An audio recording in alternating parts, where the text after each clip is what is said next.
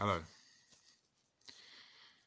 Now, you might think that I'm a very patriotic person.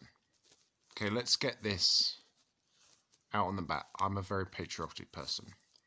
I believe in liberty. I believe in the freedom of speech. And I believe in our country. I have just been into Folkestone, whereby, and it's not the first time, and it's not going to be the last time. What I do is I do it for the homeless people that are in Folkestone. Now, I do two things. The first thing I do is I go to Tesco and I say, have you got any sandwiches? Have you got any sandwiches that you can give me? Because I know that just literally 10 minutes walk from my house, there's a lot of people that are homeless. The second thing I do is I go to, McDonald's or whatever, and I can, do eat out to help out, all of that kind of stuff. The third thing, the reason why I do it is because I live on the front line of the English Channel. Okay, so night after night after night, I am woken up every single fucking night, I tell you this, by helicopters, by ambulances, by the police. Now, the thing that I'm trying to say to you now is that I live down here, okay? I experience it down here.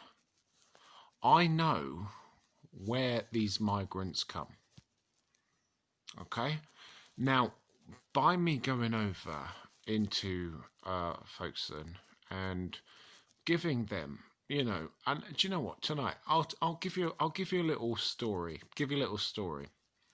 There's a guy called Richard tonight, right? There's a guy called Richard, and he was blowing up blowing up his airbed outside Debenhams. And I said to him, "You all right, mate?" And he went, yeah, you're right. He was a bit wary of me. I said, "Are you hungry?" He said, "I'm fucking starving, mate."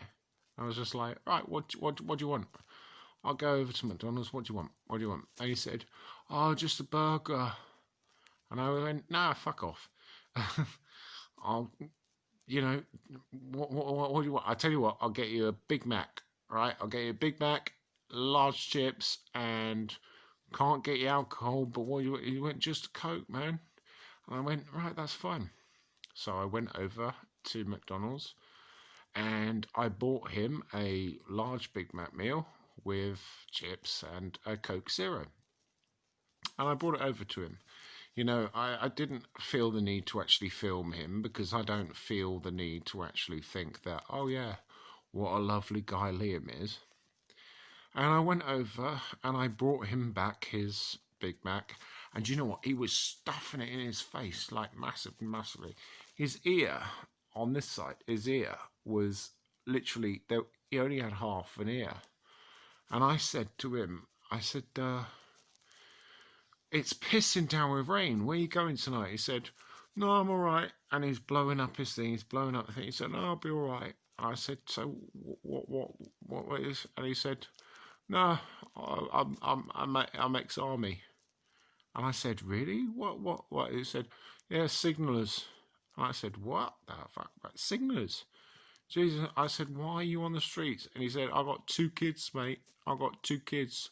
I've not seen them for 10 years. And I was like, holy hell, right? And the funny thing is that he wasn't drunk, right? He wasn't drunk.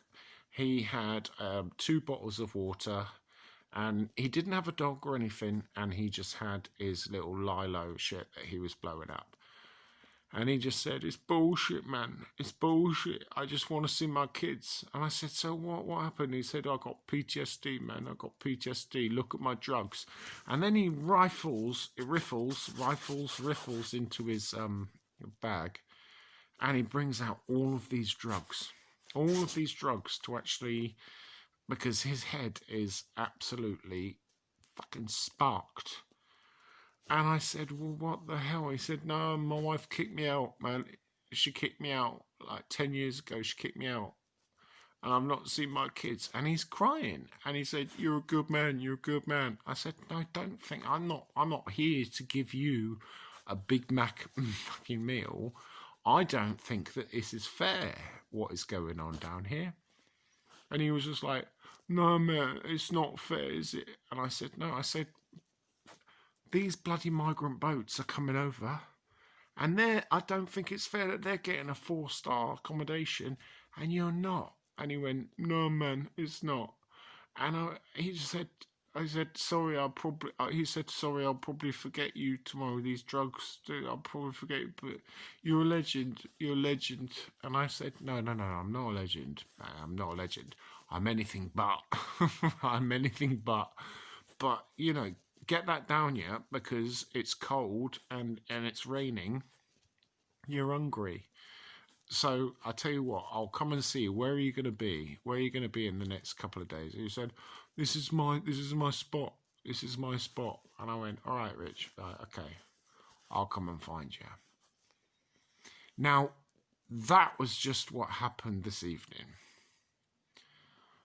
And I tell you, when I go on the radio and I say that this is not fair, any one of you, if you're on the left wing, I tell you, you need to get your ass down to Folkestone, right? You need to get your ass down and do what I do.